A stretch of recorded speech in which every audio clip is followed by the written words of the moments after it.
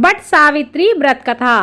पौराणिक कथा के अनुसार मद्र देश में अश्वपति नाम के धर्मात्मा राजा का राज्य था। उनकी कोई संतान नहीं थी। संतान प्राप्ति के लिए राजा ने यज्ञ करवाया, जिसके शुभ फल से कुछ समय बाद उन्हें एक कन्या की प्राप्ति हुई। इस कन्या का नाम सावित्री रखा गया।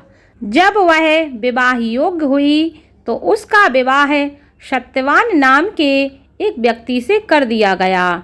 सत्यवान के पिता भी एक राजा थे, परंतु उनका राजपाट छिन गया था, जिसके कारण वे बहुत ही दरिद्रता का जीवन जी रहे थे। सत्यवान के माता पिता की भी आंखों की रोशनी चली गई थी। सत्यवान जंगल से लकड़ी काट कर लाते और उन्हें बेचकर जैसे तैसे अपना गुजारा करते थे। जब सावित्री और सत्यवान के विवाह की बात चली, तब नारद मुनि ने सावित्री के पिता राजा अश्वपति को बताया कि सत्यवान अल्पायु है और विवाह के 1 वर्ष पश्चात ही उसकी मृत्यु हो जाएगी। जिसके बाद सावित्री के पिता ने उसे बहुत समझाने का प्रयास किया, परंतु सावित्री यह सब जानने के बाद भी अपने निर्णय पर अड़िग रही। अंततः सावित्री और सत्यवान का विवाह हो गया। इसके बाद सावित्री सास ससुर और पति की सेवा में लग गई। समय बीतता चला गया और वह दिन भी आ गया जो नारद मुनि ने सत्यवान की मृत्यु के लिए बताया था। उसी दिन सावित्री भी सत्यवान के साथ वन को गई। वन में सत्यवान लकड़ी काटने के लिए जैसे ही पेड़ पर चढ़ने लगा कि उसके सिर में असहनीय दर्द होने लगा। कुछ समय बाद वह सावित्री की गोद में सिर रखकर लेट गया। कुछ ही समय बाद अनेक यमदूतों के साथ स्वयं यमराज खड़े हुए थे। यमराज सत्यवान की आत्मा को लेकर दक्षिण दिशा की ओर चलने लगे।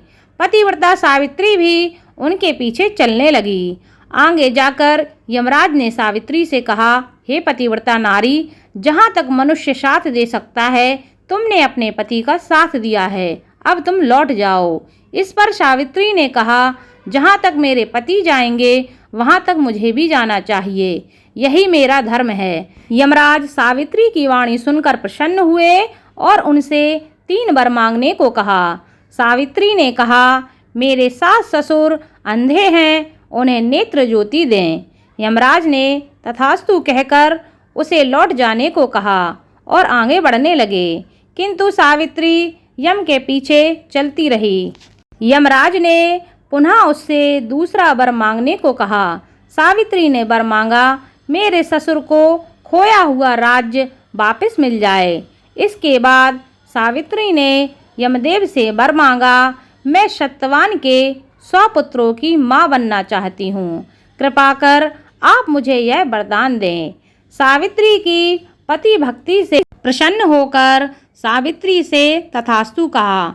इसके बाद सावित्री ने कहा, मेरे पति के प्राण तो आप ले जा रहे हैं, तो आपके पुत्र प्राप्ति का वरदान कैसे पूर्ण होगा।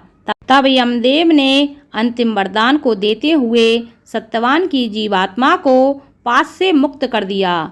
सावित्री पुनः उसी बट वृक्ष के पास लौटी तो उन्होंने पाया कि बट वृक्ष के नीचे पड़े सत्यवान के मृत शरीर में जीव का संचार हो रहा है। कुछ देर बाद सत्यवान उठकर बैठ गया। उधर सत्यवान के माता पिता की आंखें भी ठीक हो गईं और उनका खोया हुआ राज्य भी उनको प्राप्त हो गया।